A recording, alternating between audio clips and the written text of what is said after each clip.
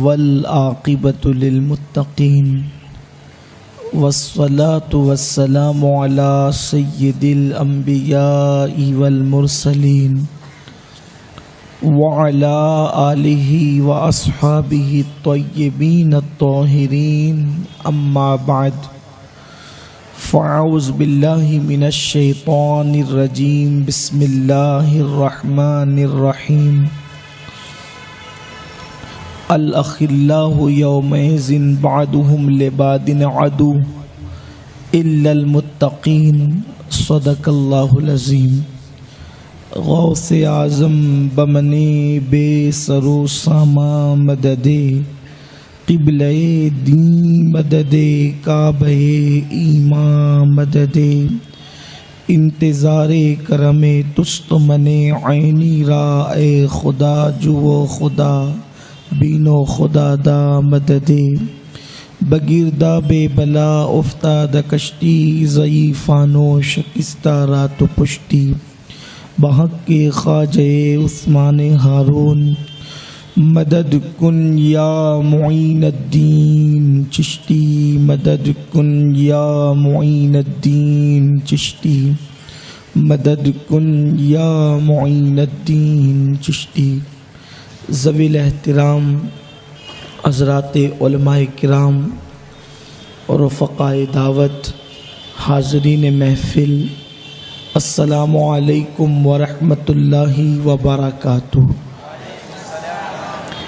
انتہائی عقیدت و محبت کے ساتھ اپنے اور ساری کائنات کے مرکز عقیدت انیس بے کساں چارہ ساز درد منداں ہم غریبوں کے غم گسار ہم فقیروں کی ثروت شہر یار ارم تاجدار حرم نوبہار شفاعت شب اسرا کے دولہا نوشہ بزم جنت دانائے سبل مولائے کل ختم الرسل خسرو خوباں سیاح لامکاں وجہ کن فکاں در اللہ المکنون سر اللہ المخزون عالم ما کانا وما یکون آب و گل انبیاء جانو دل اصفیاء مطلع ہر سعادت مقطع ہر سیادت خلاصہ کائنات فخر موجودات حضور احمد مجتبی محمد مصطفیٰ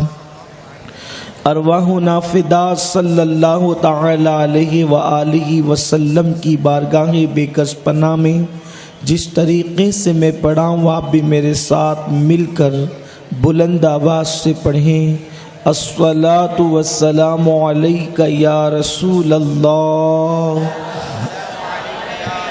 الصلاۃ والسلام علیک یا نبی اللہ الصلاۃ والسلام علیک یا حبیب اللہ وعلی آلک و اصحابک یا نور اللہ صلی اللہ تعالی علیہ وسلم۔ واہ کیا مرتبہ اے غوث ہے بالا تیرا واہ کیا مرتبہ اے غوث ہے بالا تیرا اونچے اونچوں کے سروں سے قدم اعلیٰ تیرا سر بھلا کیا کوئی جانے کہ ہے کیسا تیرا اولیاء ملتے ہیں آنکھیں وہ ہے تلوہ تیرا تو حسینی حسنی کیوں نہ محی الدین ہو تو حسینی حسنی کیوں نہ محی الدین ہو اے خضر مجمع بحرین ہے چشمہ تیرا کیوں نہ قاسم ہو کہ تو ابن ابو القاسم ہے کیوں نہ قادر ہو کہ مختار ہے بابا تیرا ابن زہرا کو مبارک ہو عروس قدرت قادری پائیں تصدق میرے دولہا تیرا نبوی میہ علوی فصل بطولی گلشن نبوی میہ علوی فصل بطولی گلشن حسنی پھول حسینی ہے مہکنا تیرا نبوی ذل علوی برج بطولی منزل حسنی چاند حسینی ہے اجالا تیرا حسنی چاند حسینی ہے اجالا تیرا، اور تو گھٹائے سے کسی کے نہ گھٹا ہے نہ گھٹے، جب بڑھائے تجھے اللہ تعالی تیرا۔ وَرَفَعْنَا لَكَ ذِكْرَكَ کا ہے سایہ تجھ پر، ذکر اونچا ہے تیرا، بول ہے بالا تیرا، اور سارے اقطاب جہاں کرتے ہیں کعبے کا طواف، کعبہ کرتا ہے طواف در والا تیرا، کعبہ کرتا ہے طواف در والا تیرا، اور ہے رضا یوں نہ بلک تو نہیں جیت تو نہ ہو، ہے رضا یوں نہ بلک تو نہیں جیت تو نہ ہو، جید سید ہر دہر ہے مولا تیرا، جید سید ہر دہر ہے مولا تیرا۔ میرے پیارے آقا صلی اللہ تعالی علیہ وآلہ وسلم کے پیارے دیوانوں، یہ دور فتنوں کا دور ہے، مادیت کا دور ہے، مادیت پرستی کا دور ہے، اسباب پر مکمل طور پر اعتماد کرنے کا دور ہے۔ یہ دور جو ہے عقل و خرد کے گھوڑے مذہب کے میدان میں دوڑانے کا دور ہے۔ لوگ آج مذہب کو عقل کی بنیادوں پر پرکھ رہے ہیں۔ ایسے وقت میں ایک فتنہ اٹھتا ہے اور گفتگو کی جاتی ہے کہ آخر اللہ والوں سے محبت کیوں کی جائے، اللہ کے ولیوں سے نسبتیں کیوں جوڑی جائے، اللہ کے ولیوں سے تعلق کیوں استوار کیا جائے، اللہ والوں کے نام پر محفلوں کا انعقاد کیوں کیا جائے، 11ویں اور چھٹی شریف کی ضرورت کیا ہے، اللہ والوں کے تذکرے کی ضرورت کیا ہے، ولیوں کی زندگی کو بیان کرنے کی ضرورت کیا ہے، ولیوں کی محبتوں کے مطالبے کی ضرورت کیا ہے۔ تو میرے پیارے آقا صلی اللہ تعالی علیہ وآلہ وسلم کے پیارے دیوانوں، اگر ہم قرآن مقدس سے پوچھتے ہیں کہ اے قرآن یہ بتا کہ کیا ولیوں سے محبت کا کوئی فائدہ بھی ہے، ولیوں سے الفت کا کوئی فائدہ بھی ہے، تو قرآن مقدس بڑے واضح الفاظ میں جواب دیتا ہوا نظر آتا ہے، الاخلاء یومئذ بعضهم لبعض عدو، کہ قیامت کا وہ دن جس دن اللہ اکبر میرا رب فرماتا ہے کہ تمہارے گہرے دوست تمہارے کٹر دشمن بن جائیں گے۔ قیامت کے دن تمہارے گہرے دوست تمہارے کٹر دشمن بن جائیں گے۔ یہاں پر میں اپنے قوم کے جوانوں کو صرف قیامت اور میدان محشر کی ایک ہلکی سی جھلک دکھانا چاہتا ہوں، اور اس کے بعد قرآن مقدس کی گئی مکمل بات کو پیش کرنا چاہتا ہوں۔ میرے پیارے آقا صلی اللہ علیہ وآلہ وسلم کے دیوانوں، میرا اللہ ارشاد فرماتا ہے کہ تمہارے گہرے دوست قیامت کے دن تمہارے کٹر دشمن بن جائیں گے۔ اللہ اکبر! پہلے تو قیامت ہی قیامت ہے، پہلے تو محشر ہی محشر ہے۔ قیامت کہتے کس کو ہیں؟ انسان جس قیامت کو بھول بیٹھا ہے، انسان جس میدان محشر کو بھول بیٹھا ہے۔ اللہ کے حبیب غیب دا نبی صلی اللہ علیہ وآلہ وسلم ارشاد فرماتے ہیں جسے قیامت کہتے ہیں، اس دن قیامت انسان کے سروں کے اتنے قریب اس دن سورج جو ہے، قیامت کے دن سورج انسان کے سروں کے اتنے قریب آ جائے گا کہ انسان کا ہاتھ ایک ہاتھ کے فاصلے کے برابر انسان کے سر کے اوپر سورج ہوگا، یعنی سر اور سورج کے درمیان صرف ایک ہاتھ کا فاصلہ ہوگا، سوا نیزے کا فاصلہ ہوگا۔ اتنے قریب سے سورج انسان کے وجود کو جھلسائے گا، اتنے قریب سے سورج انسان کے وجود کو جو ہے وہ تپائے گا۔ اللہ اکبر! آقا ارشاد فرماتے ہیں اس وقت تو سورج اپنی پشت کی طرف سے چمک رہا ہے، اس دن سورج اپنے چہرے کی طرف سے چمکے گا۔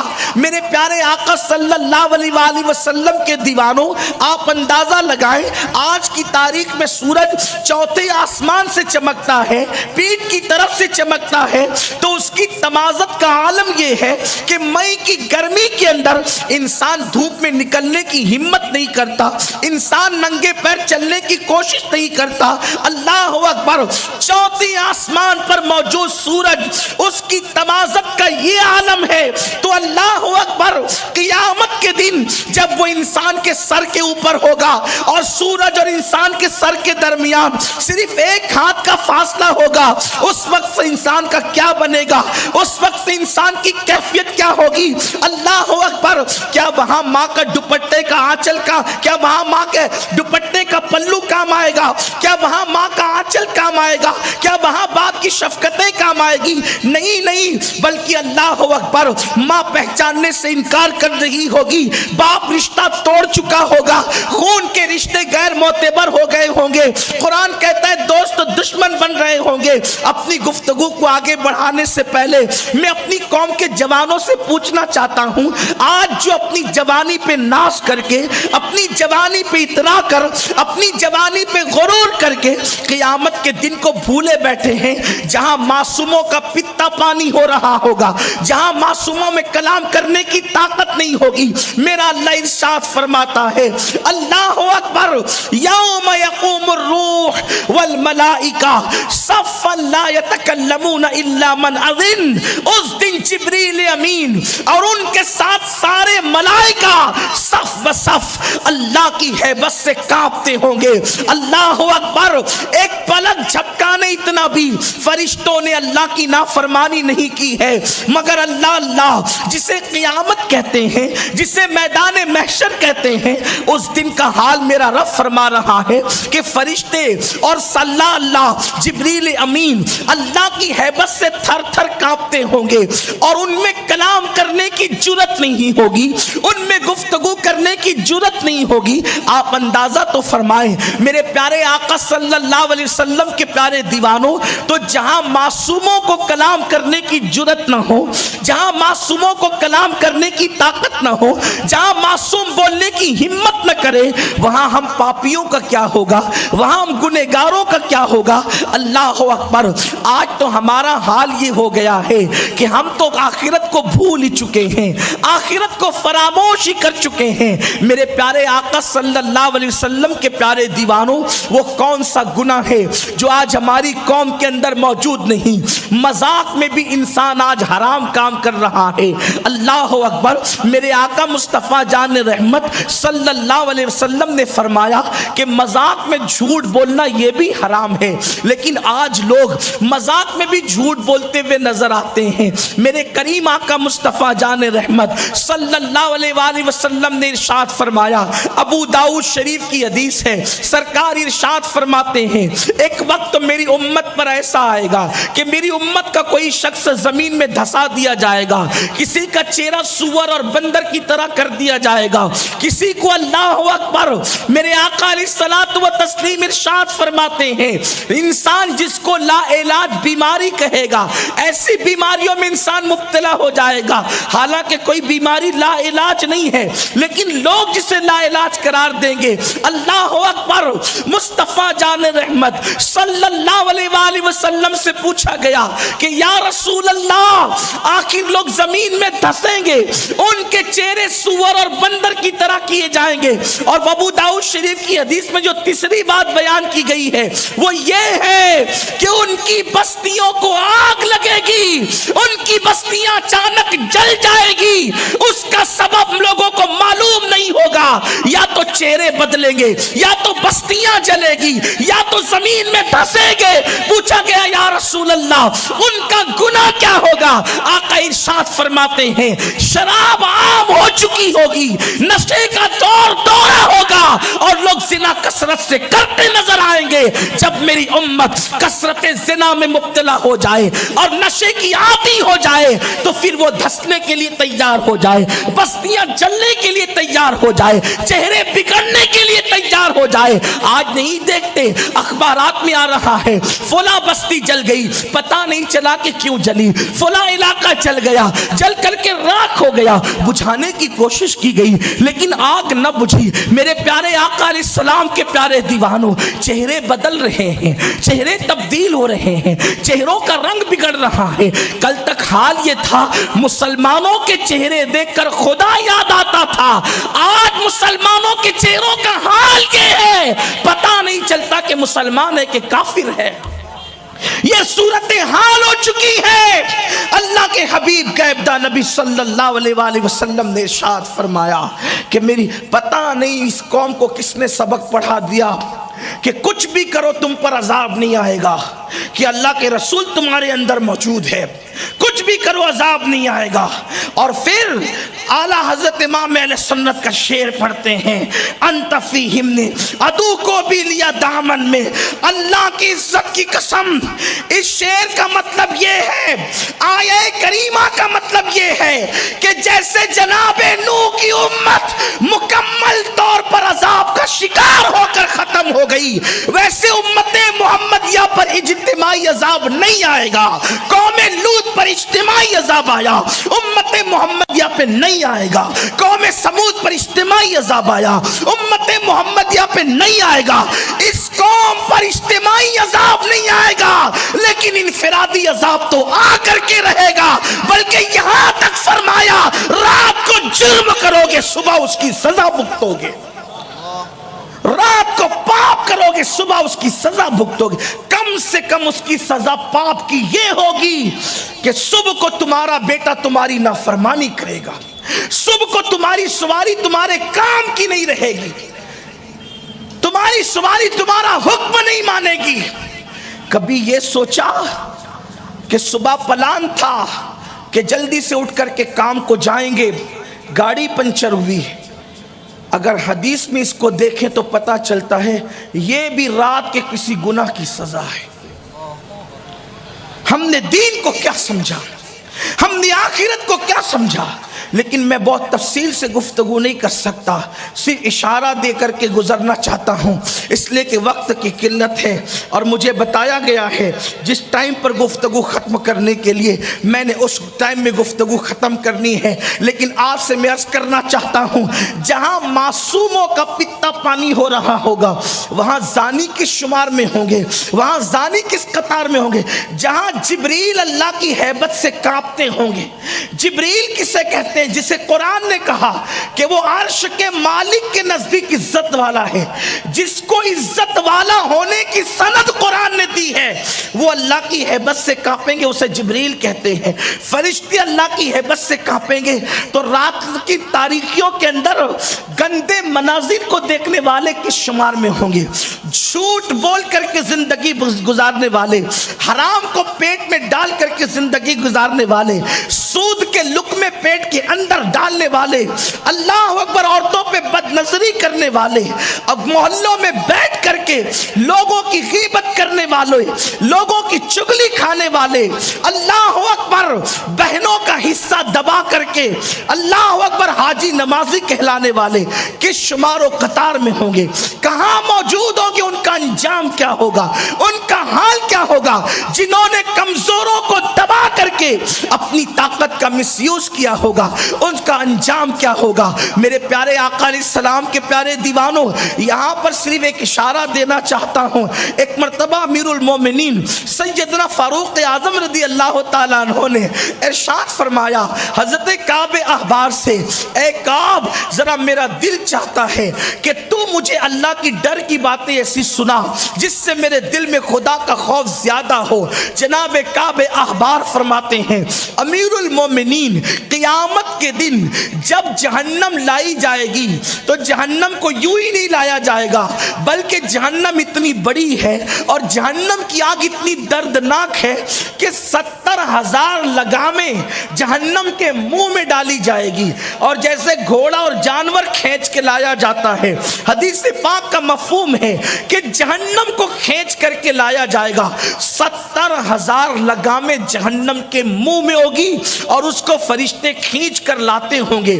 جناب کعب احبار کہتے ہیں کہ ہم نے جو اگلی کتابوں میں پڑھا وہ یہ ہے کہ جب جہنم کو 70,000 لگامیں ان کے منہ میں ڈال کر کے اس کو لایا جا رہا ہوگا تو اس وقت انبیاء کرام کی شان اللہ کی خشیت سے یہ ہوگی کہ جناب موسیٰ کلیم اللہ اپنے گھٹنوں کو زمین پہ رکھ کر کہیں گے اللہ آج موسیٰ کسی کے لیے کچھ نہیں مانگتا، آج صرف تو تیرے موسیٰ کو امان دے دے۔ لوگ نمازیں پڑھ کر کے خوش ہیں کہ اب ہمیں جنت میں جانے سے کون سی طاقت روک سکتی ہے۔ یہ صرف نمازی کی بات نہیں ہو رہی ہے، یہ وہ نمازی ہے جس کو قدرت یوں کہتی ہے من جانب الطور الایمن وقربناہ نجیا، موسیٰ ذرا اکیلے میں طور کے دائیں طرف آ تاکہ میں تجھ سے پیار کی باتیں کروں۔ قدرت جسے سرگوشی کے لیے بلاتی ہو وہ موسیٰ گھٹنوں کو زمین پہ ٹیک کر کہیں گے آج میں کسی کے لیے کچھ نہیں مانگتا، صرف موسیٰ اپنے لیے امان طلب کرتا، مجھے آج اپنے لیے امان چاہیے۔ شان کلیمی کا واسطہ تھوڑی دیر ذرا ٹھہر کر سوچے تو صحیح، جسے قدرت شان کلیمی عطا کرے، قدرت کی بارگاہ میں جو اونچی آواز سے بات کرنے کا حقدار قرار دیا جائے۔ حضور علیہ السلام فرماتے ہیں شب معراج میں نے دیکھا کہ ایک بندہ اللہ سے چلا چلا کر بات کر رہا ہے، تو میں نے پوچھا اللہ یہ آج تجھ سے لڑتا کون ہے؟ تو اللہ کی رحمت نے مسکرا کے کہا وہ موسیٰ میرا کلیم مجھ سے ایسے لہجے میں بات کرتا ہے۔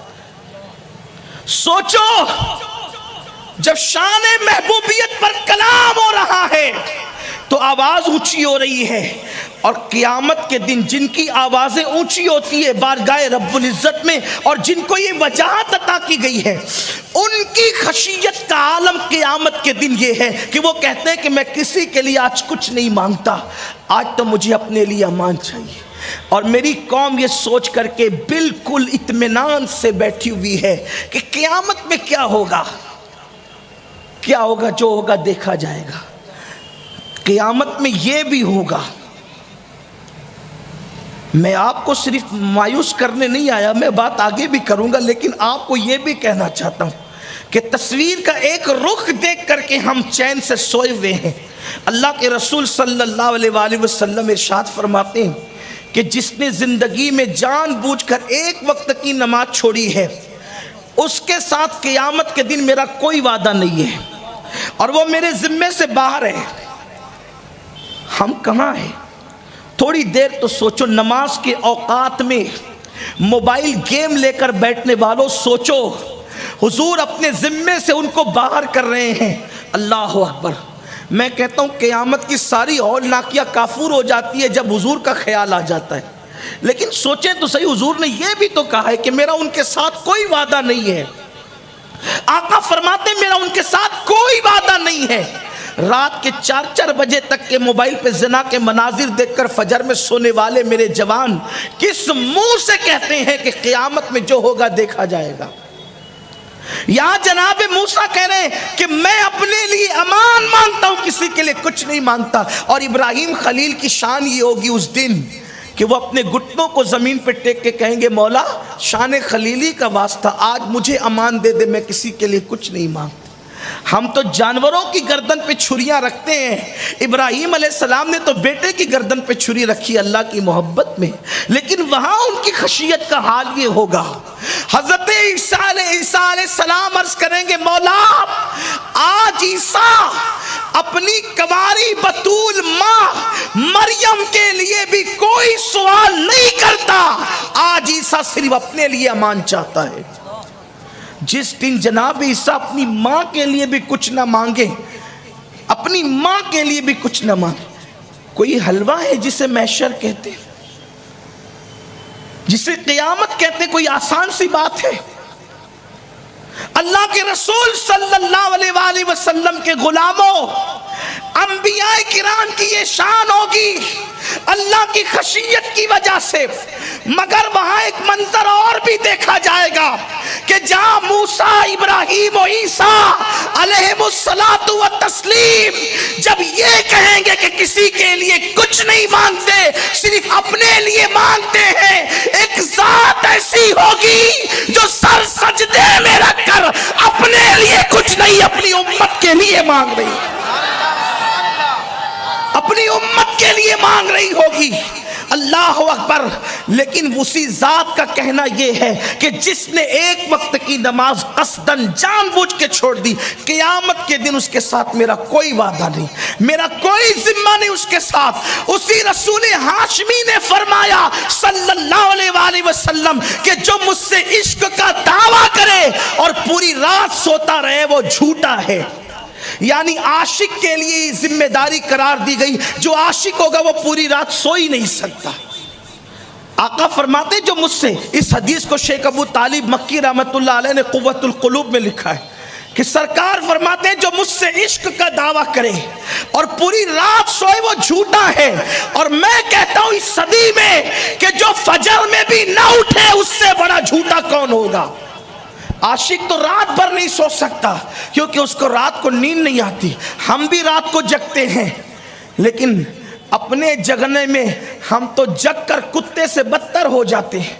کتا جگتا ہے مالک کی وفا میں اور ہم جگتے ہیں مالک کی بے وفائی میں. اللہ. کتا اس لیے جگتا ہے کہ جس نے ایک روٹی صبح کو کھلائی ہے رات بھر اس کے گھر کی رکھوالی کرنا ہے، اس کی فرما برداری کرنا. اور ہم کس لیے جگتے ہیں؟ ذرا ہم اپنی راتوں کا جائزہ لیں. بڑی معذرت کے ساتھ جملے تلخ ہوں تو معاف کرنا، کیا ہم کتوں سے بدتر زندگی نہیں گزار رہے؟ ہمیں احساس نہیں. لیکن سنو، مایوس کرنے نہیں آیا.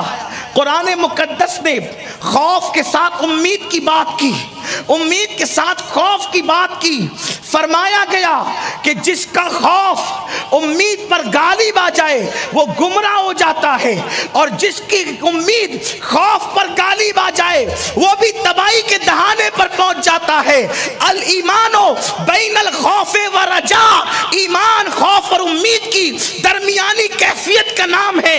ہم اللہ کا کہ عذاب کی باتیں سن کر روتے تو ہیں اور رو کر رونا بھی چاہیے، مگر رو کر یہ سمجھتے ہیں کہ اب ہم سے بڑا اللہ سے ڈرنے والا کوئی نہیں. شیخ اسحاق رحمت اللہ تعالیٰ علیہ فرماتے ہیں اللہ کے خوف سے رونے والا اللہ سے ڈرنے والا نہیں ہے. اللہ سے ڈرنے والا وہ ہے جو اللہ کے خوف سے گناہوں کو چھوڑ دیتا ہے. صرف رونے والے خوف والے نہیں ہیں، گناہ چھوڑنے والے خوف والے ہیں. میرے پیارے آقا صلی اللہ علیہ وسلم کے دیوانوں، آج ہم اپنی آنکھوں کی آنسوؤں پر کبھی کبھی ناز کرنے لگتے ہیں.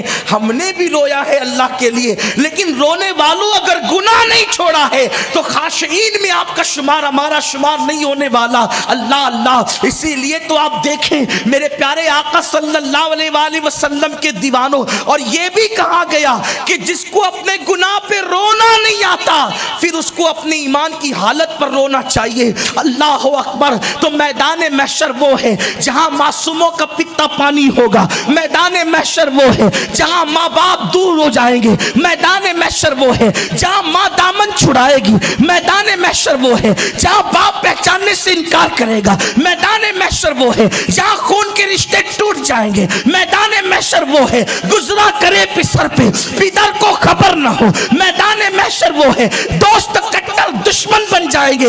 بلکہ آپ سے یہاں یہ بات کہنا چاہتا ہوں، آج جو تمہارے دوست تمہیں کیرم کے کلب کی طرف لے جاتے ہیں، تمہیں تاش کے پتوں کی طرف لے جاتے ہیں، تمہیں شراب کی اڈوں کی طرف لے جاتے ہیں، تمہیں زنا کی اڈوں کی طرف لے جاتے ہیں، وہ کہنے کو دوست ہے لیکن آج بھی وہ تمہارے کٹر دشمن ہے. اس لیے کہ دوست اس کو کہتے ہیں جب تو گناہ کرے وہ تجھے روک دے، جب تو خدا کو بھول جائے وہ تجھے خدا کی یاد دلا دے. دوست کی پہچان یہ ہے، سچا دوست یہ ہے، اچھا دوست یہ ہے. یہ تمہارے دشمن ہے جو دولت کی وجہ سے تمہارے ساتھ ہے. یہ تمہارے دشمن ہے جو تمہیں گناہوں کے اڈوں کی طرف لے جا رہے ہیں.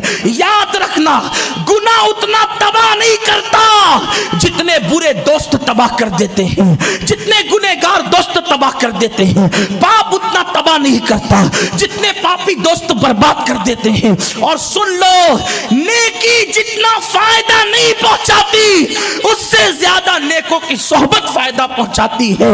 اللہ اکبر. تو محشر وہ ہے جہاں سورج سوا نیزے پر، محشر وہ ہے جہاں سینے پہ زبان لٹک رہی ہو. محشر وہ ہے جہاں آنکھ سے آنسو نہیں بہیں گے. محشر وہ ہے جہاں آنکھ سے آنسو نہیں بلکہ آنکھیں بہے گی.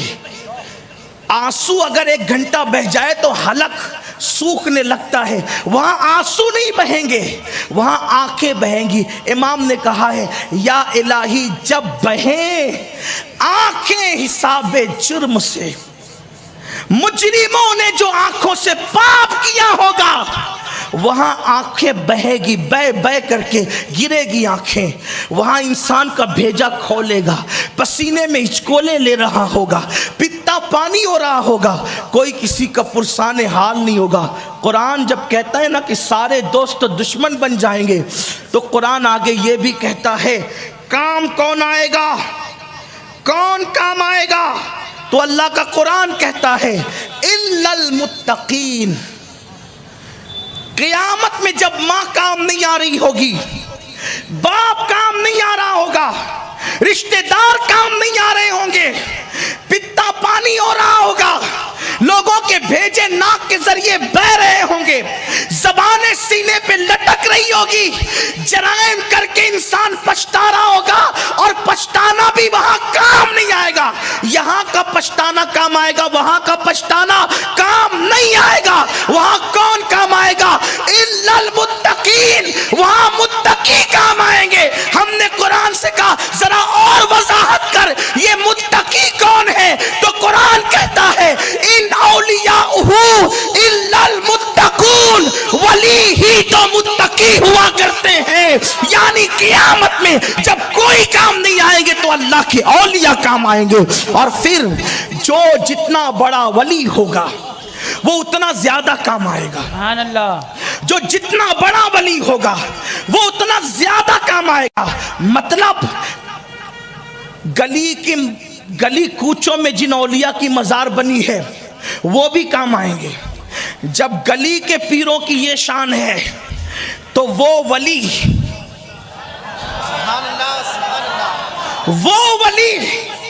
جس کی شان نہ میں نہ تم کوئی بیان نہیں کر سکتا، وہ ولی جس کے بارے میں 108 علوم و فنون کا ماہر مجدد 14ویں صدی یوں کہتا ہے سکر کے جوش میں جو ہیں وہ تجھے کیا جانے، سکر کے جوش میں جو ہیں وہ تجھے کیا جانے، خضر کے ہوش سے پوچھے کوئی رتبہ تیرا۔ یعنی کہ ولایت کی ایک منزل ہے جسے سکر کہتے ہیں، فرمایا ولی بن گیا لیکن سکر میں ہے تو وہ غوث پاک کا مرتبہ کیا جانے۔ ارے جب ولی نہیں جانے تو کتاب پڑھنے پڑھانے والے ظاہر بینوں کو کیا خبر کہ غوثیت ماپ کا مقام کیا ہے؟ اگر غوث پاک کا مرتبہ پوچھنا ہے تو کہتے ہیں خضر کے ہوش سے پوچھو کہ غوث پاک کا مقام کیا ہے۔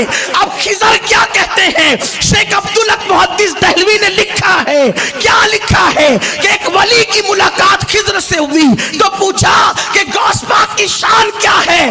فرمایا جتنے ولی ہو چکے ان میں کوئی عبد القادر جیسا نہیں ہوا، اور قیامت تک جتنے ہوں گے کوئی عبد القادر جیسا نہیں ہوگا۔ سبحان اللہ۔ نعرہ تکبیر، نعرہ رسالت، جشن غوث الورا۔ اس کو امام اہل سنت ہے کہ جو ولی قبل تھے یا بعد میں یا ہوں گے سب ادب رکھتے ہیں دل میں میرے آقا تیرا۔ تو اولیاء کی محبت کیوں ضروری ہے؟ کیونکہ وہ قیامت میں کام آئیں گے۔ اور پھر جب قرآن کہہ رہا ہے کہ ولی قیامت میں کام آئیں گے تو قیامت کی مصیبت سے بڑی دنیا کی مصیبت نہیں ہو سکتی۔ جو ولی قیامت کی مصیبت دور کر سکتا ہے وہ ولی کے دنیا کی مصیبت دور نہیں کر سکتا۔ یہ تو اللہ کا قرآن کہہ رہا ہے۔ اور پھر کون سا ولی؟ وہ ولیوں کا ولی، قطبوں کا قطب، اقطاب کا اقطاب، ابدال کا ابدال، رجالوں کا رجال، باز اشہب۔ زمین میں ان کو قطب الاقطاب کہتے ہیں اور فرشتے ان کو باز اشہب کہتے ہیں۔ آسمان میں جس کو باز اشہب۔ میں اپنے غوث کی شان پڑھنے لگا ہوں، اختتامی طور پر صرف 2-3 باتیں، ٹائم مکمل ہونے کے قریب ہے۔ آواز تھوڑا زور سے کر دیں اس کو، بس غوث پاک کی شان سنیں، غوث پاک کی شان سنیں۔ بس بات اتنی ہے جو جتنا بڑا ولی وہ اتنا زیادہ کام آئے گا۔ اور غوث پاک کی شان کیا ہے؟ غوث پاک کی شان کیا ہے ذرا سنیے. حضور غوث الاعظم دستگیر سے کسی نے پوچھا کہ آپ کو یہ کب پتا چلا کہ آپ اللہ کے ولی ہیں؟ فرماتے میں چھوٹا سا بچہ تھا، جب مدرسے جاتا تھا تو میرے ساتھ فرشتے آتے تھے اور بچوں سے کہتے تھے اٹھو اللہ کے ولی کو جگا دو. جو مکتب میں جائے تو فرشتے جس کے پیچھے آئے. شان کا عالم یہ ہے. تو اللہ اکبر جب بغداد کی جامع مسجد کے منبر پہ بیٹھے ہوں گے تو اس وقت شان کا عالم کیا ہوگا. اب جلدی جلدی سے سنیں میرے غوث کی شان کیا ہے. غوث پاک کی شان، کتاب کا نام ہے تفریع الخاطر فی مناقب عبد القادر، اور کتاب کا نام ہے تحفۃ القادریہ، کتاب کا نام ہے فتاوی رضویہ. اب سنیے ان سب کا نچوڑ اپنے الفاظ کے جامع میں. الفاظ مختلف ہیں لیکن مفہوم ایک ہے. ہوا یوں ہے، میرے اور آپ کی آقا مصطفیٰ جان رحمت صلی اللہ علیہ وآلہ وسلم جب معراج پہ تشریف لے گئے. حضور کی معراج سب جانتے ہیں، معراج ایک معجزہ کہنے کو ہے لیکن سینکڑوں معجزات کا مجموعہ ہے. وہ کون سا معراج کا مجموعہ ہے؟ کون سے معجزات کا مجموعہ ہے؟ حضور کی معراج فرشتوں کے لیے بھی معجزہ ہے اور انسان کے لیے بھی معجزہ ہے. معجزہ کیا ہے کہ جو بچپنے میں حلیمہ کی بکریوں کے پیچھے دیکھ کر انہیں اپنے جیسا کہتے ہیں، اس دن جبریل کے آگے خدا لے جا کر کے بتاتا ہے حلیمہ کی بکری کے پیچھے دیکھ کر اپنی طرح بشر کہنے والوں آج ذرا جبریل کے آگے آگے بھی تو دیکھو. اس کی شان کیا ہے؟ میرے امام کہتے ہیں، کیا کہتے ہیں؟ تھکے تھے روح الامی کے بازو، کہاں وہ دامن کہاں وہ پہلو، رکاب چھوٹی امید ٹوٹی، نگاہ حسرت کے ولولے تھے. اس کے آگے کوئی تقریر نہیں ہو سکتی، اس کے آگے کوئی شاعری نہیں ہو سکتی. 108 علوم و فنون کا ماہر مجدد یہاں کہتا ہے پوچھتے کیا ہو عرش پر یوں گئے مصطفیٰ کے یوں. مجھے پتا ہے میں یہ بات بھیونڈی میں کہہ رہا ہوں، آپ لوگوں کے یہاں مشاعرے بہت ہوتے ہیں، تھوڑا دھیان دے سمجھیں. پوچھتے کیا ہو عرش پر یوں گئے مصطفیٰ کے یوں. دوسرا مصرع تو قیامت ہے، کیف کے پر جہاں جلے، کیف کے پر جہاں جلے کوئی بتائے کیا کہ یوں.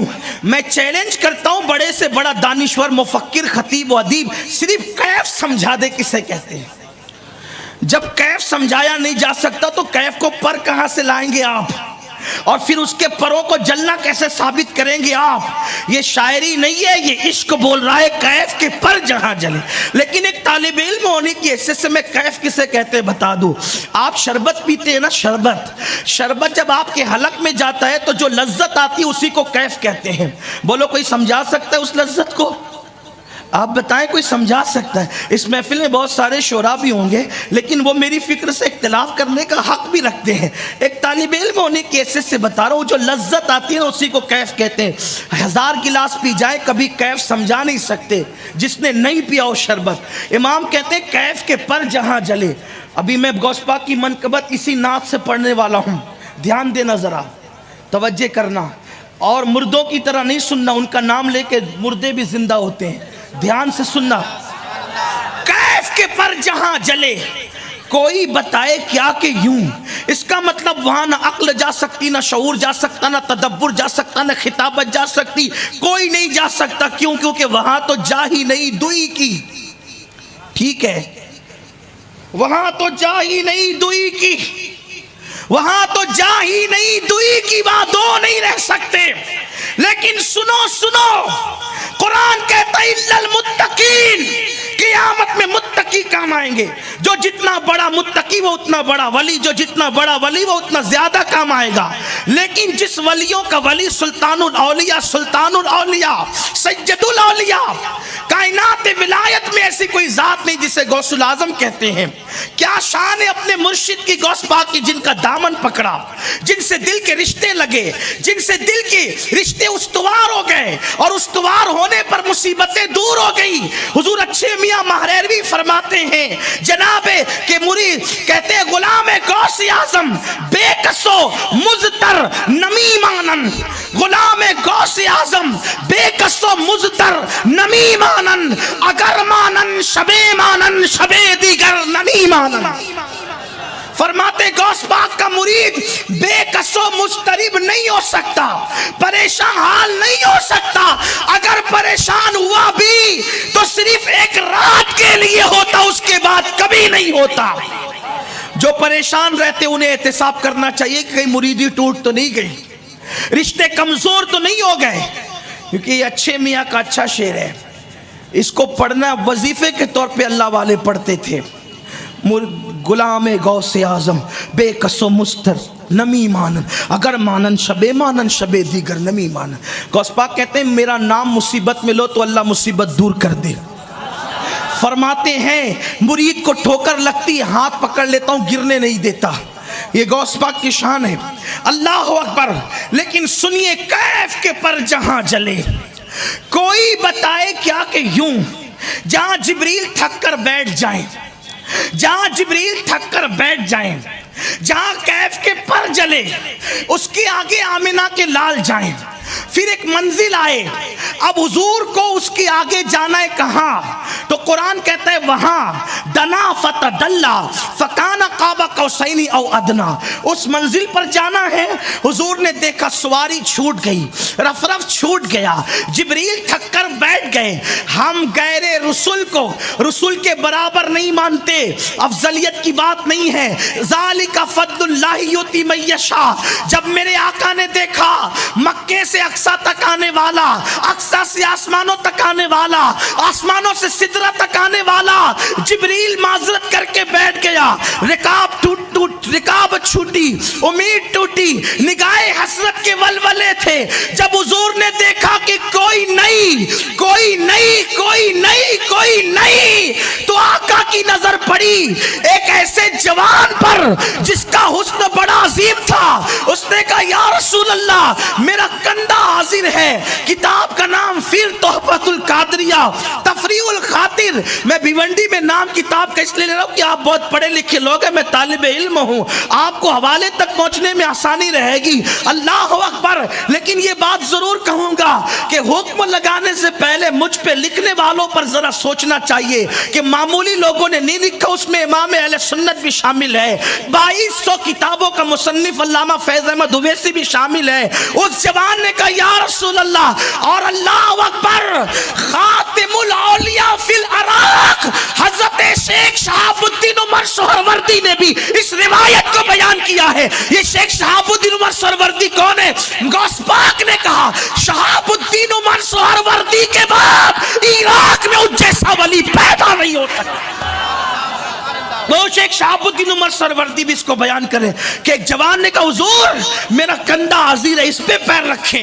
اللہ کے رسول نے اس جوان کے کندھے پہ پیر رکھا، ایک قدم ان کے کندھے پر تھا اور دوسرا قدم کعبہ قوسین کی حدوں میں تھا۔ کعبہ قوسین کی حدوں میں حضور پہنچا، اس کی کوئی حد ہی نہیں ہے، اس نے سمجھانے کے لیے ہے۔ حضور کعبہ قوسین میں پہنچے، پھر پوچھا اللہ یہ جوان کون ہے؟ جہاں جبریل کے پر تھکتے ہیں اور کیف کے پر جلتے ہیں، یہ کون ہے؟ ارشاد ہوا محبوب یہ تیری اولاد میں سے تیرا بیٹا ہے۔ سبحان اللہ سبحان اللہ۔ یہ تیری اولاد میں سے تیرا بیٹا ہے، اس کا نام عبد القادر ہے۔ جو مقام نبیوں میں تجھے عطا کیا ہے وہ مقام ولیوں میں اس کو عطا کریں گے۔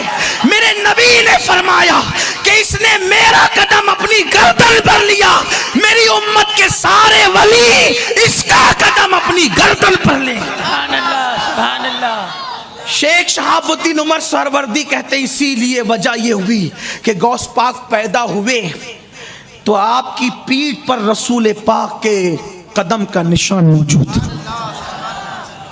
اب یہ بات کہ قدم لیا اولیاء نے گردن پر، کس نے لیا؟ تفصیل میں نہیں، صرف ایک بات اور بہت بڑی بات، ہمیں قادریت پر ناز ہے کہ ہم قادری ہیں، اور ہم تو یہ دعا کرتے ہیں امام اہل سنت کی زبانی، قادری کر، قادری رکھ، قادریوں میں اٹھا، قدر عبد القادر قدرت نما کے واسطے۔ آپ سے بھی کہتا ہوں ولیوں سے نسبت جوڑو، اور جس کی نسبت غوث پاک سے جڑ گئی خدا کی عزت کی قسم وہ دنیا میں بھی محروم نہیں ہے اور آخرت میں بھی محروم. شیخ زکریا ملتانی کا نام سنا ہے؟ پڑوس کے ملک میں بہت بڑا مزار ہے. کہتے ہیں کسی عمل پر مجھے ناز نہیں ہے، صرف ایک عمل پر ناز ہے اور میں بخشا جاؤں گا کہ میں نے اپنے مرشد شیخ شہاب الدین عمر سہروردی کو دیکھا، اور ان کو دیکھنے پہ اس لیے ناز ہے کہ غوث پاک نے کہا جس نے مجھے دیکھا وہ بھی بدبخت نہیں، جس نے میرے دیکھنے والے کو دیکھا وہ بھی بدبخت نہیں. شیخ زکریا کہتے ہیں کسی عمل پہ ناز نہیں کہ میرے پیر نے غوث پاک کو دیکھا اور میں نے اپنے پیر کو دیکھا، اور غوث پاک کہتے ہیں جس نے مجھے دیکھا وہ بھی بدبخت نہیں، جس نے میرے دیکھنے والے کو دیکھا وہ بھی بدبخت نہیں. تو فرماتے ہیں کہ بس میں تو خوش بخت ہوں کیونکہ میں نے غوث پاک کے دیکھنے والے کو دیکھا ہے. محفل کے سبھی لوگ ادھر دیکھ رہے ہیں، ہم دیکھنے والوں کی نظر دیکھ. شیخ زکریا ملتانی کتنی عظیم ذات ہے. آپ اگر وقت ہوتا تو ان کی میں منقبت، ان کی شان بیان کرتا، لیکن ٹائم نہیں. ایک بہت بڑی منقبت غوث پاک کی پڑھنے لگا ہوں. کتاب کا نام تفریح الخاطر فی مناقب عبد القادر. سنیے، غور سے سنیے. اپنے الفاظ کے جامع میں حضور علیہ الصلاۃ والتسلیم نے سیدنا مولا علی کو اور سیدنا فاروق اعظم کو کہا کہ اے عمر اور اے علی، یمن میں میرا ایک امتی رہتا ہے جس کا نام اویس ہے، میرا یہ جبہ اس کو دینا اور اس سے کہنا وہ میری امت کے لیے مغفرت کی دعا کرے. دھیان سے سنیے، یہ اویس کون ہے؟ خیر التابعین، خیر التابعین، سید التابعین، بلکہ اصطلاح تابعی کی آبرو ہے اویس قرنی. یہ ذات ہے. یہ اویس قرنی کون ہے؟ قیامت میں اٹھیں گے تو حضور علیہ السلام فرماتے ہیں کہ 70,000 فرشتے اویس کے ہم شکل ہو کر اٹھیں گے، کیونکہ اویس نے دعا کی تھی مولا تیری محبت جو مل گئی ہے، تو مجھے جانتا ہے میں تجھے جانوں اور پھر تیرے سوا مجھے کوئی نہ جانے. تو میدان محشر میں بھی اویس پر یہ ہوگا کہ یہ اویس ہے. یہ بلکہ صوفیہ فرماتے ہیں اویس قرنی کی دنیا میں 7 مزارات بنی. کوئی کہتا یہ ہے، کوئی کہتا یہ، کوئی کہتا یہ، یعنی مزار بھی گم ہو گئی. لوگ الجھ گئے کہ حقیقت میں کون سی مزار ہے. اسی کو کہتے ہیں یار کی محبت میں فنا ہو جانا. ایسا گما دے ان کی ولا میں خدا ہمیں، ڈھونڈا کریں پر اپنی خبر کو خبر نہ ہو. ولائے یار میں انسان جب اپنے آپ کو نہیں پاتا تو لوگ اس کو کیسے پا سکتے ہیں. لیکن شان کیا ہے اویس کی؟ حضرت اویس قرنی کی شان کیا ہے؟ داتا علی اجوری جس کا تذکرہ کس شان سے کرتے ہیں، ذرا کشف المحجوب دیکھیے. حضرت بایزید بستامی جس کو خراج کیسے پیش کرتے ہیں ذرا وہ دیکھیے. جنید بغدادی جس کی بارگاہ میں کیسے سرخمیدہ نظر آتے ہیں ذرا وہ دیکھیے. بڑی شان ہے حضرت اویس قرنی کی. لیکن یہ اویس قرنی کی شان یہ بھی تو دیکھو کہ حضور صحابہ کو بھیج رہے ہیں، اور وہ بھی کس کو؟ فاروق اعظم اور مولا علی کو، کہ لے جاؤ اور میرا جبہ دینا اویس کو اور کہنا میری امت کے لیے دعا کرے. جب وہ میری امت کے لیے دعا کرے گا تو اللہ میری امت کو بخش دے گا.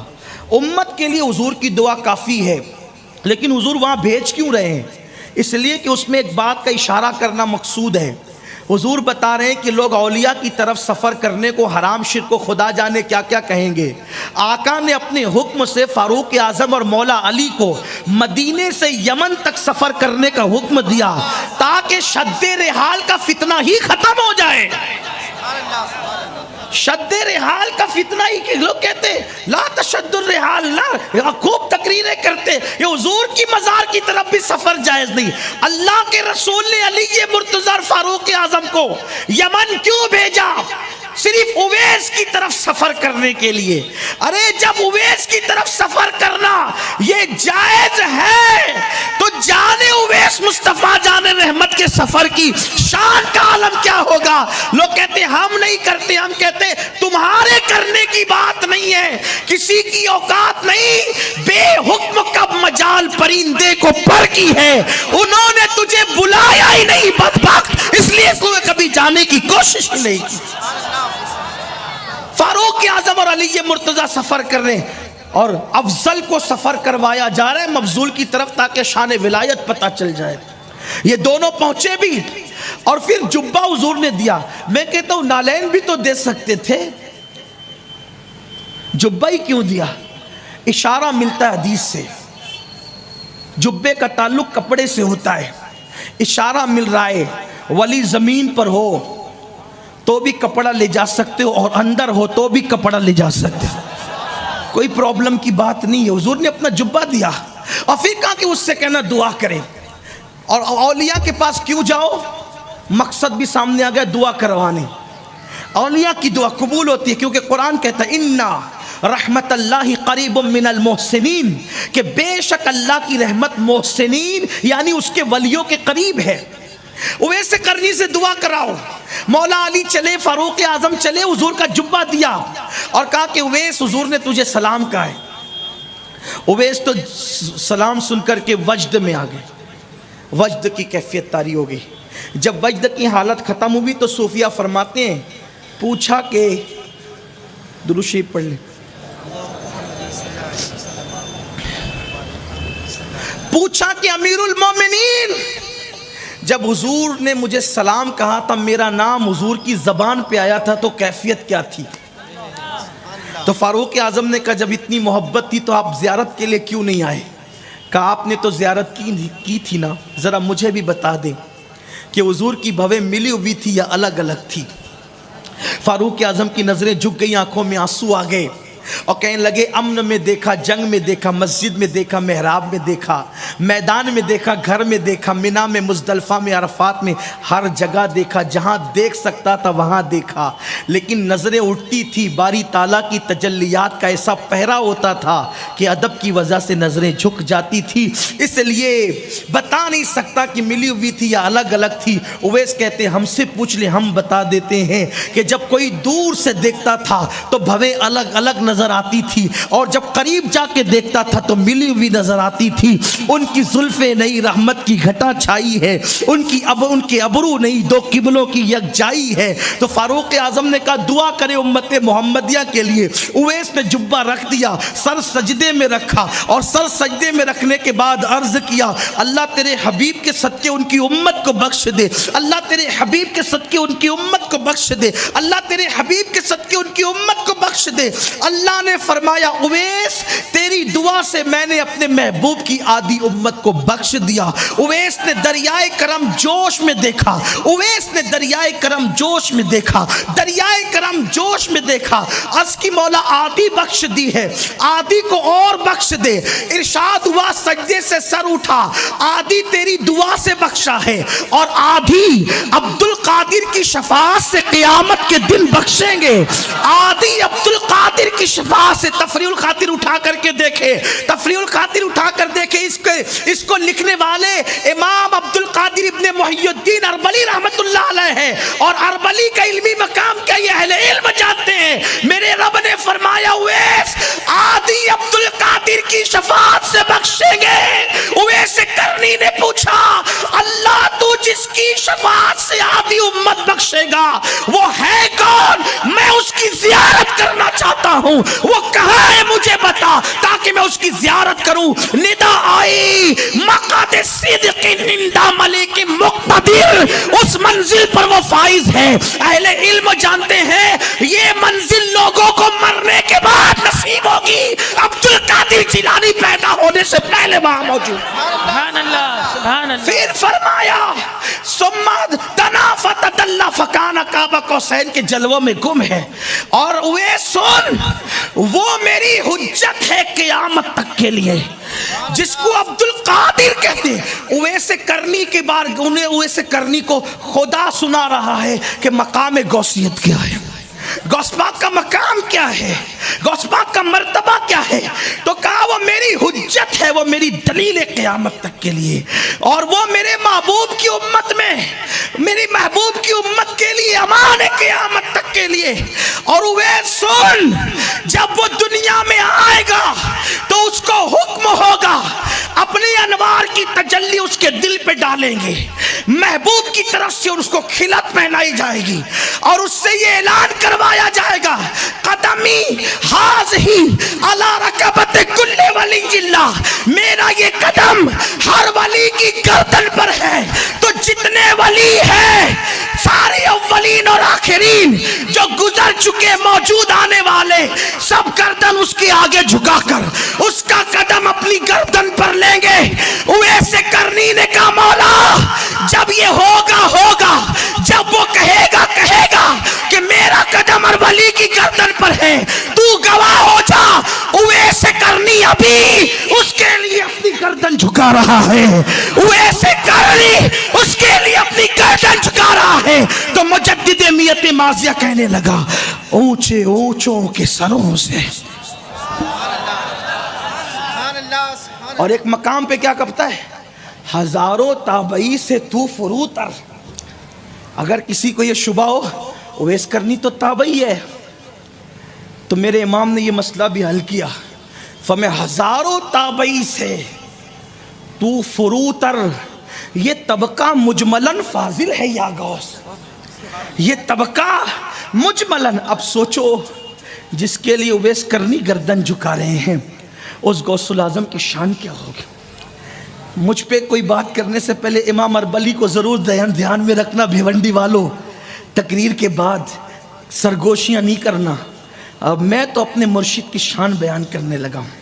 غوث پاک کا مرتبہ یہ ہے، غوث پاک کا مقام یہ ہے. حضرت امام حسن بصری نے کہا اپنے دور میں کہ جب عبد القادر جیلانی آئے گا تو وہ کہے گا کہ سارے اولیاء کی گردن پر میرا قدم، سارے ولی اس کے لیے اپنی گردن کو جھکا دیں گے. سید الطائفہ حضرت جنید بغدادی، بس بات ختم ہونے لگی. سید الطائفہ حضرت جنید بغدادی رضی اللہ تعالی عنہ فرماتے ہیں جمعہ کے خطبے میں میری گردن پر بھی، جمعہ کے دن منبر پہ میری گردن پہ بھی. خطبہ ختم ہوا، نماز مکمل ہوئی. کہ حضرات دوران خطبہ کیا کہا آپ نے؟ میری گردن پہ بھی. کوئی بات کرنے والا نہیں تھا، کس کے لیے گردن جھکائی؟ کہا اللہ کی طرف سے الہام ہو رہا تھا کہ 5ویں صدی کے اندر عبد القادر جیلانی منبر پہ بیٹھ کر کہیں گے کہ میرا قدم ہر ولی کی گردن پہ. تو میں نے سوچا کہ ابھی سے میں گردن جھکا لوں. اور سید الطائفہ جنید بغدادی کون ہے؟ جنید بغدادی کون ہے؟ یہ غوث پاک کے پیروں کے پیر ہے. جس کے لیے پیروں کا پیر گردن جھکاتا ہو اس غوث العظم دستگیر کا مرتبہ کیا ہے. اسی لیے غوث پاک کے تقریباً کم و بیش 9 قصیدے ہیں. 12 کی بھی تحقیق ہے لوگوں کے درمیان، لیکن کم سے کم 9 قصیدے ہیں. غوث پاک نے اپنے قصیدے میں فرمایا کہ مجھے کسی پہ قیاس نہیں کرنا، کسی کو مجھ پر قیاس نہیں کرنا. انی عالم و مالا تعلمون کا راز میں بن کر کے آیا ہوں. تم مجھے سمجھ نہیں سکتے، میری شان کو سمجھ نہیں سکتے. اب آپ مجھے بتاؤ میرے آقا صلی اللہ علیہ وسلم کے دیوانوں، اللہ اکبر، جب عام ولی کام آ سکتا ہے، عام ولی کام آ سکتا ہے، تو وہ ولی جو رسول اللہ کی اولاد میں سے ہو اس ولی کی شان کیا ہوگی. اور پھر وہ بھی ایسا ولی جس کی منقبتیں بڑے بڑے اولیاء پڑھتے نظر آئیں، اس کی شان کیا ہوگی. دیکھو غوث پاک کا شجرہ 11ویں پشت میں جا کر مولا علی سے ملتا ہے. سرکار شیخ عبد القادر جیلانی، ان کے والد کا نام سیدنا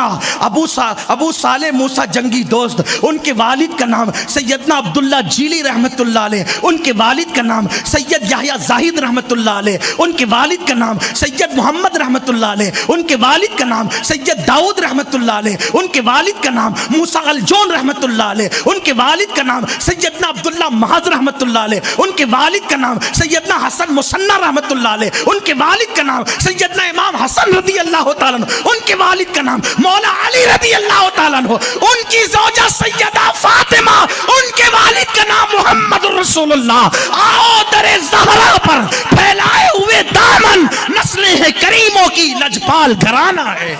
جب عام ولی کی سخاوت یہ ہے تو فاطمہ کے بیٹے کی سخاوت کا عالم کیا ہوگا. غوث العظم دستگیر کی شان کا عالم کیا ہوگا. غوث پاک کہتے ہیں کہ میرا بچا ہوا جھوٹا جام کا جنہوں نے پیا ان کو اللہ نے قطبیت کے مرتبے عطا کر دیے. یہ جس کا جھوٹا پی کر کے لوگ یہ شان پاتے ہیں، پھر اس کے وجود کی شان کا عالم کیا ہوگا. اور جب غوث پاک کی یہ شان ہے تو رسول پاک کی شان کیا ہوگی. اس لیے قرآن کہتا ہے سارے دوست دشمن ہو جائیں الا المتقین، متقی کام آئیں گے. یہاں نسبتیں جوڑو. آخری بات، نسبت جڑے گی کیسے غوث پاک سے؟ داڑھی منڈا کے گٹروں میں پھینکتے ہو ہم قادری ہیں، نمازیں چھوڑتے ہو ہم قادری ہیں، جھوٹ بولتے ہو ہم قادری ہیں، نمازیں ترک کرتے ہم قادری. غوث پاک فرماتے بے نمازی مر جائے اسے مسلمان کے قبرستان میں دفن بھی مت کرنا. جب غوث پاک بے نمازی کو مسلمانوں کے قبرستان میں قبول نہیں کرتے تو غوث پاک بے نمازیوں کو اپنے سلسلے میں کیسے قبول کریں گے؟ اس لیے غوث پاک کا سلسلہ چاہیے تو پہلے نمازوں کی پابندی ہو۔ اللہ پاک سب سے پہلے مجھے آپ سب کو توفیق نصیب فرمائے، اور آپ سے گزارش کرتا ہوں کہ سنی دعوت اسلامی یہ غوث پاک کے مشن کی تحریک ہے، اس تحریک سے وابستہ ہوئیے۔ اگر اپنی جوانی کا صحیح لطف اٹھانا ہے نیکیوں کے ماحول میں تو سنی دعوت اسلامی کے ماحول سے جڑیے، سنی دعوت اسلامی سے قریب آئیے، اپنی نسبتوں کو اس سے استوار کیجئے تاکہ نیکیوں کا ماحول ملے، تقوی کا ماحول ملے، پرہیزگاری کا ماحول ملے، دین کے خادم بن کر زندگی گزاریں۔ انشاءاللہ غوثیت میں آپ کی نسبتیں نصیب ہوگی۔ گفتگو کے درمیان اگر کوئی غلطی ہو تو اللہ معاف فرمائے۔ استغفر اللہ ربی من کل ذنب واتوب الیہ وما علینا الا البلاغ۔ السلام علیکم۔ صلاۃ والسلام کے لیے کھڑے ہو جائیں۔ مکتبہ طیبہ آپ کی خدمت میں حاضر ہے، جاتے جاتے مکتبہ طیبہ سے کچھ نہ کچھ ضرور لیتے ہوئے جائیں۔ چند اعلانات سماعت فرما لیں۔ 18 دسمبر بروز منگل بعد نماز عشاء مرکز اولیاء مسجد گبی نگر میں ختم غوثیہ کا انعقاد کیا گیا ہے، جس میں انشاءاللہ ختم غوثیہ کے بعد لنگر غوثیہ کا بھی اہتمام ہے۔ 31 دسمبر کو انشاءاللہ نائے گاؤں سلامت پورہ نائے گاؤں میں مسجد گلشن مدینہ کے پاس سنی دعوت اسلامی کا اجتماع ہوگا، جس میں انشاءاللہ امیر سنی دعوت اسلامی کا خصوصی خطاب ہوگا۔ یا حبیبی یا رسول اللہ یا نبی سلام علیکہ یا رسول سلام علیکہ یا حبیب سلام علیکہ صلوات اللہ علیکہ انت نور اللہ فجرا جیت بعد العسر یسرا ربنا علیک قدرا یا امام الانبیاء ایها المختار فینا زادنا الحب حنینا جیتنا بالخیر دینا یا ختام المرسلین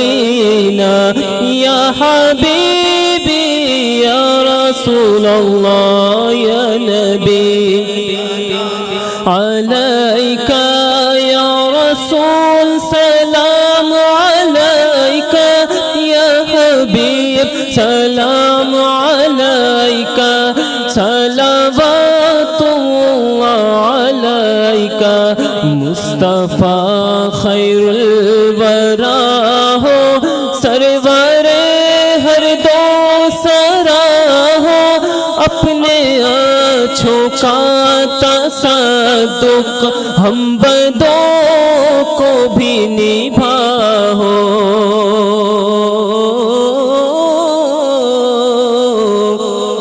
کہ ہم وہی بے شرم و بد ہیں تم وہی کانے حیا ہو کیوں رضا مشکل سے ڈریے جب نبی مشکل کشا ہو یا حبیبی یا رسول اللہ یا نبی سلام علیکہ یا رسول سلام علیکہ یا حبیب سلام علیکہ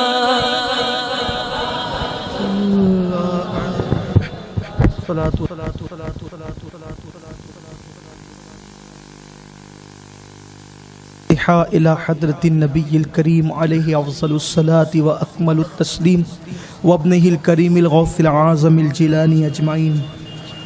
بسم الله الحمد لله رب العالمين الرحمن الرحيم إياك نعبد وإياك نستعين اهدنا الصراط المستقيم الحمد لله رب العالمين. اللهم صل على سيدنا ومولانا محمد وعلى آل سيدنا ومولانا محمد صلاة تنجنا بها من جميع الأهوال والآفات وتقضي لنا بها جميع الحاجات وتطهرنا بها من جميع السيئات وترفعنا بها عندك أعلى الدرجات وتبلغنا بها أقصى الغايات من جميع الخيرات في الحياة وبعد الممات إنك على كل شيء قدير. ربنا آتنا في الدنيا حسنة وفي الآخرة حسنة وقنا عذاب النار. اللهم إنا نسألك الهدى والتقى والعفاف والغنى. إلهي بحرمة الحسن وأخيه وأمه وأبيه وجده وبنيه نجي من كل غم الذي أنا فيه يا حي يا قيوم يا ذا الجلال والإكرام.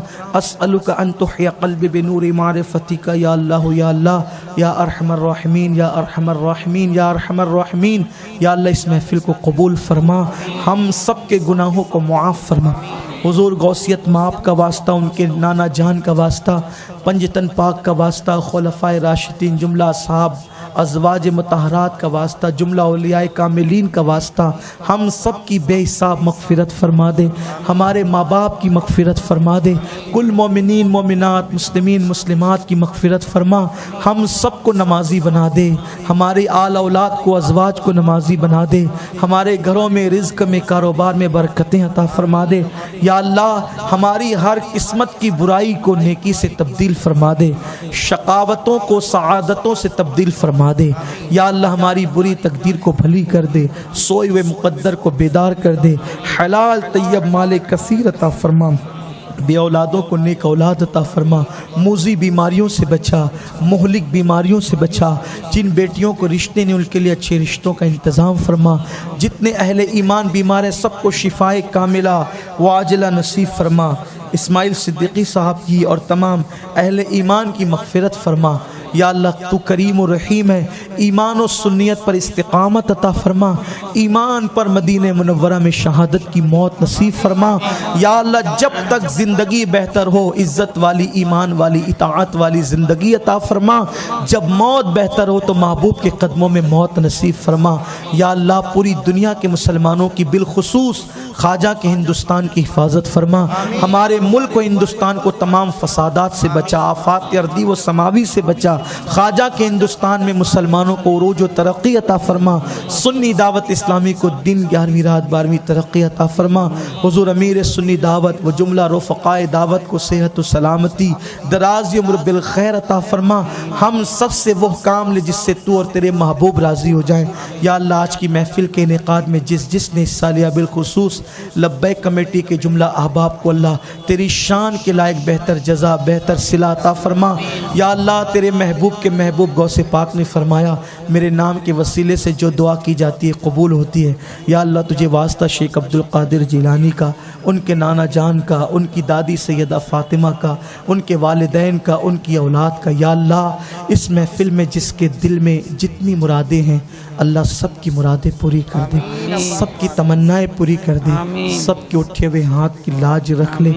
یا اللہ میری والدہ کو مکمل جلد سے جلد شفائے کاملہ وہ عاجلہ نصیب فرما. یا اللہ میری والدہ کو جلد سے جلد شفائے کاملہ وہ عاجلہ نصیب. یا اللہ انبیاء نے اولیاء نے تجھے جس ناموں سے پکارا ان سارے ناموں کا واسطہ ہمارے گھروں میں جتنے لوگ بیمار ہیں سب کو شفا عطا فرما دے. سب کی مرادیں پوری فرما دے. یا اللہ ہمیں کبھی کسی کا محتاج نہ فرما. یا اللہ ہر قسم کی ذلت و رسوائی سے آفت و بلا سے سحر جادو سے ہم سب کی حفاظت فرما. ہم لوگوں سے لوگ دعا کی گزارش کرتے ہیں اللہ مجھ عاجز گنہگار سے جس نے بھی دعا کے لیے کہا اللہ تو سب کو جانتا ہے اور سب کی مرادوں کو جانتا ہے. یا اللہ تو سب کی مرادیں پوری فرما دے. یا رب بالمصطفیٰ بلغ مقاصدنا واغفر لنا ما مضى یا واسع الکرم. یا ایھا الذین آمنوا صلوا علیہ وسلموا تسلیما. اللهم صل على سيدنا مولانا محمد معدن الجود والكرم وآلہ الكرام اجمعین. صلاۃ و سلام علیک یا جد الحسن والحسین. الہی خیر گردانی بحق شاہ جیلانی وافوض امری الی اللہ ان اللہ بصیر بالعباد برحمتک یا ارحم الراحمین. باق لا الہ الا اللہ.